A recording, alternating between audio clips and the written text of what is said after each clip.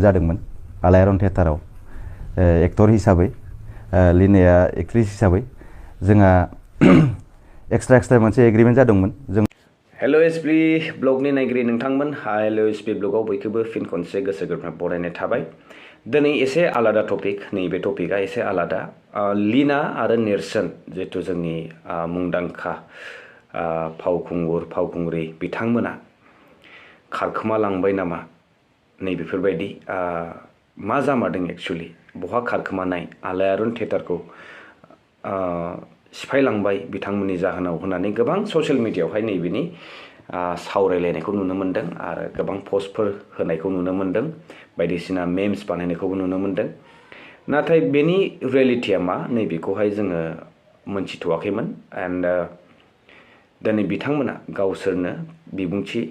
लाबोदों आरो बेनि क्लेरिफिकेशनखौहाय होदों मा जामारनायमोन एक्चुअली आलाइ आरननि थिएटारनि मालिकजोंहाय आरो माबायदि बेबहारमोन बिथांनिया आरो माबायदि थासारि जानानै दङ इनकामा बेसेबां आरो मानि जाहोनाव पेमेन्टखौ होनो हायाखै आरो मानि थाखाय बिथांमोना दिनै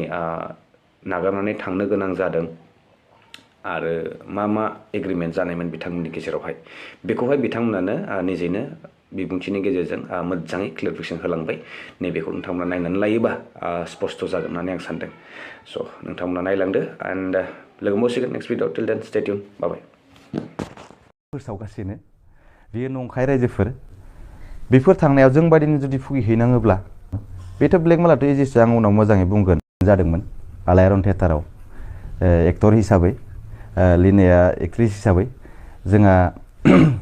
एक्सट्रा मोनसे एग्रीमेंट जादोंमोन जों नटारि खालामखादोंमोन गिबियावनो बिसोर जोंनि न'खराव फैनानै मोनसे रिक्वेस्ट खालामफैदोंमोन मालिकआ बिनि थाखाय आरो किसुमान खोथा होनायनि थाखाय एबार आंनि एग्रीमेंटखौ कर्ट एग्रीमेंट खालामब्लासो आं मानिगोन होनना बुंनायखाय बे एक्सेप्ट खालामदोंमोन आं बे राइटिं पेननि एग्रीमेंटखौ आं मानिनाय जानाय नङा आं कर्ट एग्रीमेंट खालामगोन बिथाङा एग्रीबो जादों आरो जों सानैजों खालामबायबो लीनाजोंबो खालामबाय जों उदालगुरि कर्टआव खालामनाय जादों बेनिफ्राय थाङै दिनैनि रिजोना जाहैबाय ओंखारनो गोनांनि रिजोनानो जाहैबाय जोंखौ आलाइ आरन थिएटारा खारखोमाबोदों सगारनानै होननानै नंखाय फोसावगासिनो बेयो नंखाय रायजोफोर जोंनि फैनो गोनांनि रिजनखौ दिनै आं नोंसोरखौ रोखा खालामनानै होगोन जों फैयाखै एक्चुअलि बे मालिकनिनो डिसिसन मानोना जों लास्ट श' गादों होनब्ला जों गुवाहाटि बाथौफुरियाव गादों बेनिफ्रायनो जों श'निफ्राय नेक्स्ट श'खौ जों गाहैनाय जायाखै बे खालि मा जाहैदों सानफ्रोमबो एबा एभ्रि मान्थ जों मोननो गोनां रांखौ ओरैबायदि बिनो गोनां जायो नांलाय खमलाय जाजोबो थारमाने बै फैसा मोननो गोनांखौनो जुदि धार बायदि जुदि बिनो गोनां जायोब्ला एसे दिगदार मोनो नालाय आं फार्स्टआवनो गिबियावनो बुंदोंमोन आं फैसा बिनो रोङा आरो आं फैसा बिबाय थानो लाजिनाय मोनो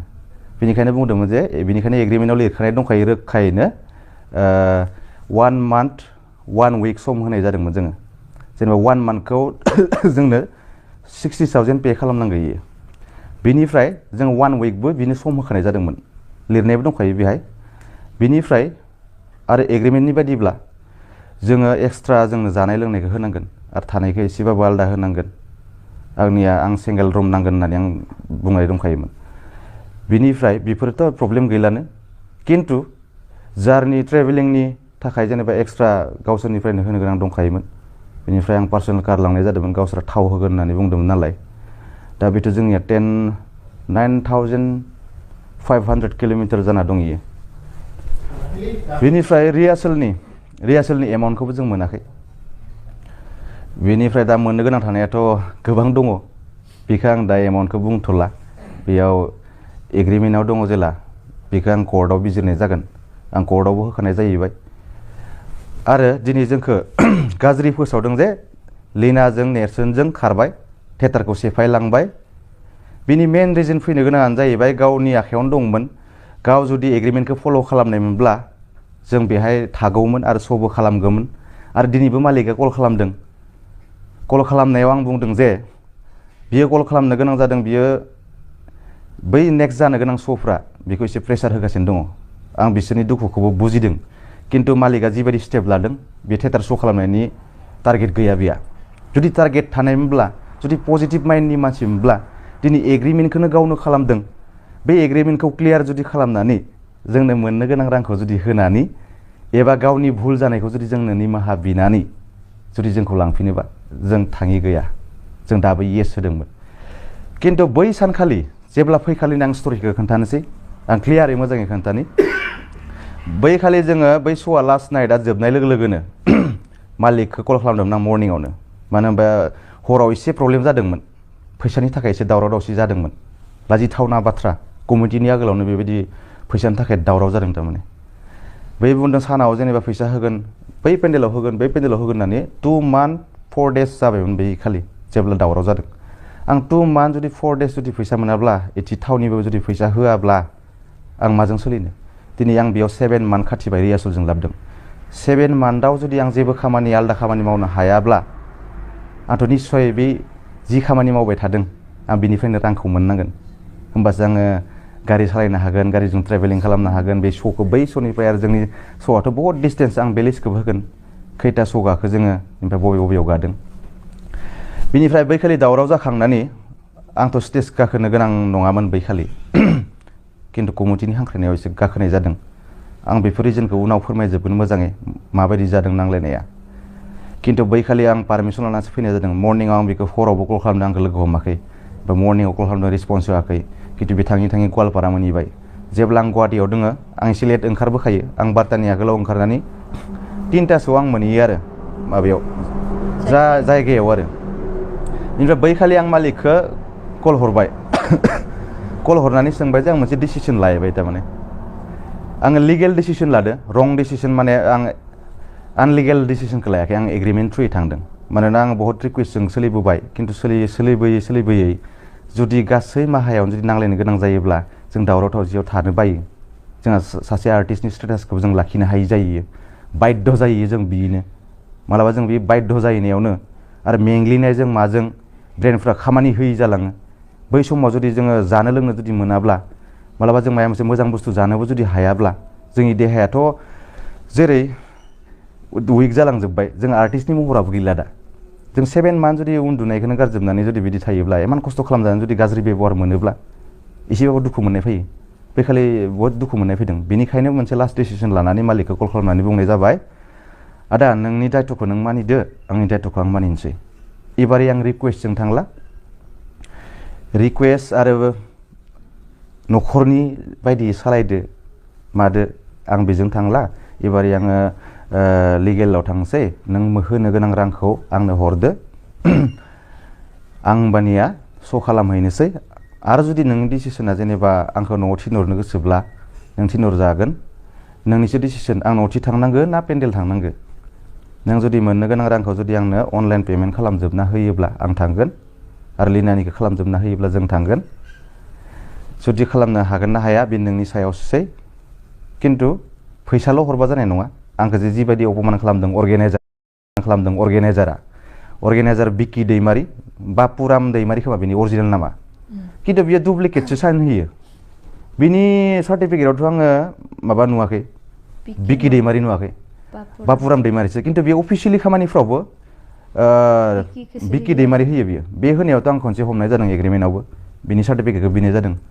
खननै साइन होनाय जादों बिखौ उकिलजोंबो रायलायहोनानै खिन्थु बै खालि बियो हामा बेबहार खालामनायनि थाखाय जोंखौ निमाहा बिनांगोन निमाहा बिखांनायनि उनावसो जों थांगोन निमाहा बिनांगोन आरो मोननो गोनां एमाउन्टखौ हरजोबनांगोन होनबासो जों थांगोन मानो होनबा 2 month 4 days जाहैबाय 1 monthनिखौल' होबाथ' जानाय नङा बिदि बारखाबाय रुलखौनो ब्रेक खालामखादों बे अलरेडि मोनसेबो फार्स्टनिफ्राय स्टार्टिंनिफ्राय क्लियार बुजायखायाखै थारमाने हायोब्लाबो बुजाया बियो दिनै मानो कारनाव हाया दिनै जोंनि थियेटारा आलाइ आरन थियेटारा सानसेबो रेस्ट गैयामोन अनलि 2 days नामा बिदि गेप्स थादों मागो समाव आरो जिखिनि कमिटिया लांदों आंनियाव कन्टेक्टबो नाम्बार दंजोबो आरो दिनै नुखागोनखा जुदि निउसाव नायबाथ' नुखागोनखा बिसोरो थारमाने थाइसेबो खम हराखै खिन्थु मोननैसो पेन्डेलाव किसुमान प्रब्लेम जायो खिन्थु 50नि सिङाव खम गादों आरो होमबा 50 मबा 60 गादों मबा 65 गादों दाखालिथ' दुरनिफ्राव 60 होमबा बिदि एमाउन्टआव जुदि मान्थलि जुदि 15 लाख फैबाय थादो बियो गारि भारा जुदि लायोब्लाबो 15 लाखआव अनलि बेयाव आर्टिस्ट बेयाव दामि आर्टिस्टथ' गैया जोंनियाबो बांद्राय एमाउन्ट नङा 6 लाख 5 लाखआवनो क्लियार जायो बैबायदि जिखिनि माबा दङ जोंनियाव थिएटाराव जगार दङ टीम दङ बेखिनि टीमजों बे 6 लाखआव कमप्लिट खालामनो हायो 5 लाखआव कमप्लिट खालामनो हायो होमबा 10 लाखआ थालाङो बै 10 लाखखौ जुदि रावबो आर्टिस्टनो जुदि होआखैब्ला बे मा खालामदों दिनै जोंनिखौ बाद होबाय दे जोंनो होआखै होमबा बै गथ'फोरा दा जेरै बेयाव बे लाखिनानै दोनदों गवालपारायाव गथ'फोरखौ लाखिनानै दोनबाय थादो बिसोरबो थाइसे दरमा मोनाखै नाथाय बिसोर गिनानै जेबो बुङाखै दा खिन्थु बिसोरो बुंनांगोन थार खोथाखौ बिसोर बुंनांगोन जों मावनायखिनि खामानिखौ जोंनो नांगोन बेथ' बाद जोंल' थालाङाखै बेयाव जों सानैखौल' खारदों होनना बुंदों बेयाव थालांनाया जों साब्रै दङ साब्रैल' नङा बिनि आगोलावबो थालांदों